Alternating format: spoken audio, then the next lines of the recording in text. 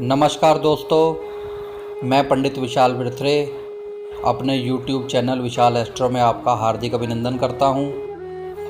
तो आज का जो हम वीडियो लाए हैं, यह लाए हैं हम नक्षत्र के ऊपर।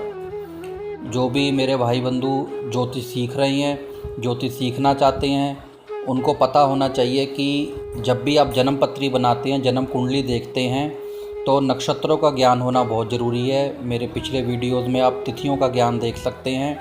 तो आज हम ज़्यादा समय ना लेते हुए आपको नक्षत्रों के बारे में जानकारी दूंगा मैं। तो नक्षत्रों के बारे में नक्षत्र क्या चीज़ हैं? नक्षत्र जो होते हैं, ये आकाश के अंदर, ये ब्रह्मांड मंडल में बहुत सारे जो तारे हैं, इन तारों के कुछ समूह हैं। जैसे आपने देखा होगा 5-7 तारे एक जगह इकट्ठे हैं, 15-20 तारे एक जगह पर हैं। तो वो जो तारा मंडल हम उनको बोल देते हैं। तो हमारे ऋषियों महर्षियों ने जो ज्योतिष की जानकारी रखते थे, उन्होंने उनके कुछ समूह को नक्षत्रों का नाम दिया है। जैसे हम 3 बिंदुओं को जोड़ के एक ट्रायंगल बना लेते हैं, उसी तरह कुछ तारा मंडलों को यानी तारा को जोड़कर एक आकृति बनती है, उसको हमने एक नक्षत्र का नाम दिया है। उस नक्षत्र के स्वामी भी होते हैं।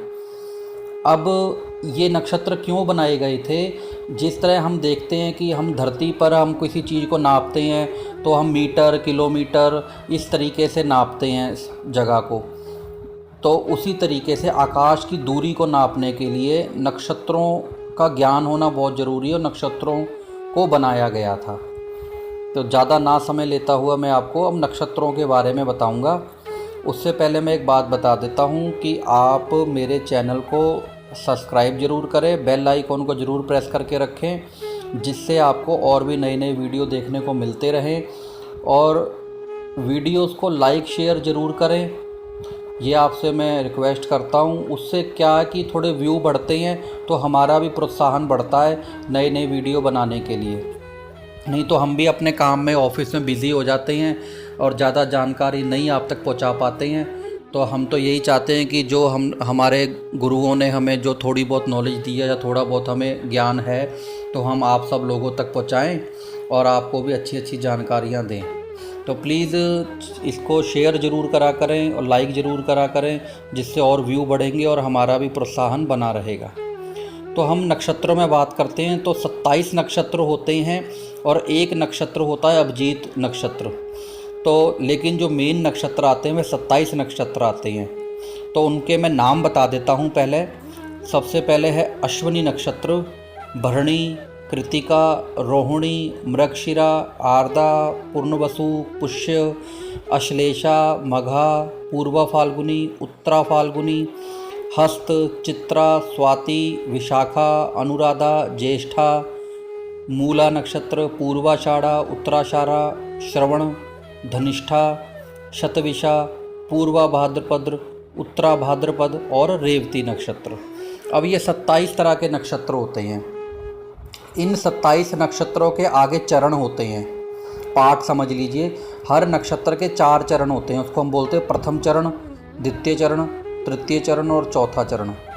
उसी में अक्षर दिए होते हैं। जैसे अश्विनी नक्षत्र है, उसमें च को बड़े ऊ की मात्रा, च को ए की मात्रा, च को ओ की मात्रा और ल। तो अब हम यही देखते हैं, जब किसी का आप कहते हैं ना कि बच्चा पैदा हुआ, उसका नाम बताइए क्या है, तो हम पहले नक्षत्र देखते हैं कि जो बच्चे का समय है। मान लीजिए बच्चा 20 फरवरी 2020 और सुबह 8 बजे पैदा हुआ, तो हम देखेंगे कि इसका अश्विनी नक्षत्र है।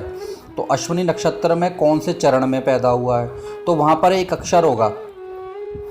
ज़्यादातर लोग क्या करते हैं कि नक्षत्र बता देते हैं कि जी अश्विनी नक्षत्र है, लेकिन उसके अंदर फिर 4 जगह डिवाइड हो जाता है वो।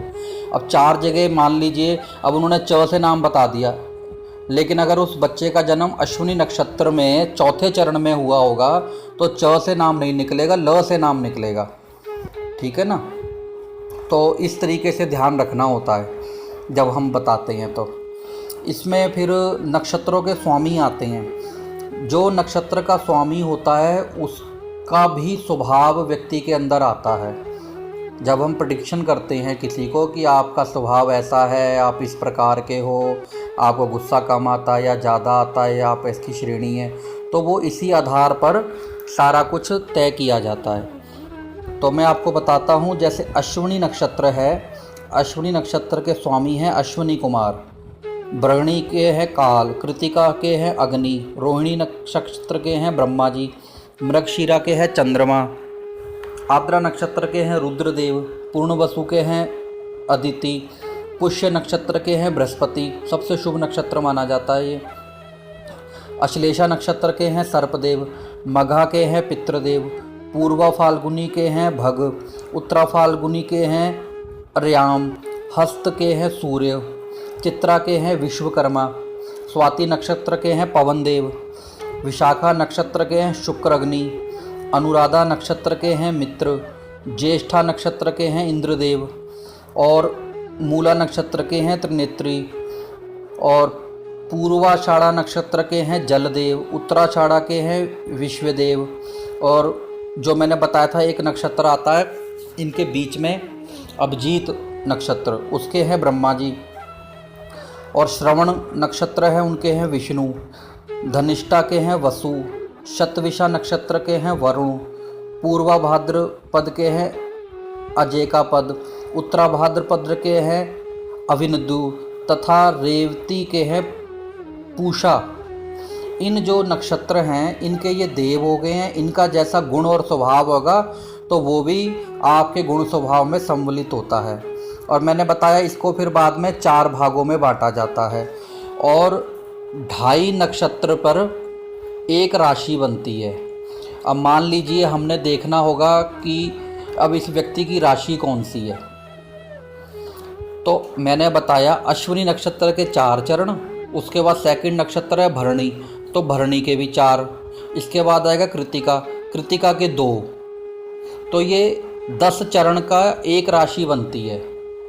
तो सिंपल बात है, ये आपको याद रहेगा ना, तो देखिए लोग भी बड़े अचंभित हो जाएंगे। आप किसी को कोई बोलेगा आपको कि भाई मेरा भरणी नक्षत्र है और दूसरा चरण है, आप कहोगे भाई तेरी तो मेष राशि बनती है, वो कहेगा भाई इनको कैसे पता लग गया।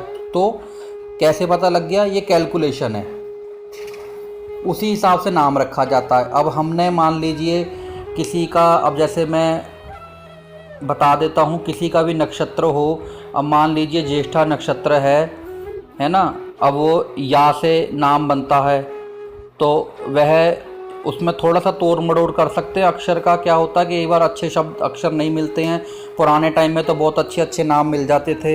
ये अक्षर से यादराम और योगेश, लड़कियों कहते योगेश्वरी, तो ऐसे नाम फिर हम बोलते हैं कि आप रख लिया करें। इसी तरीके से मैंने आपको बताया कि राशि फिर आगे बन जाती हैं।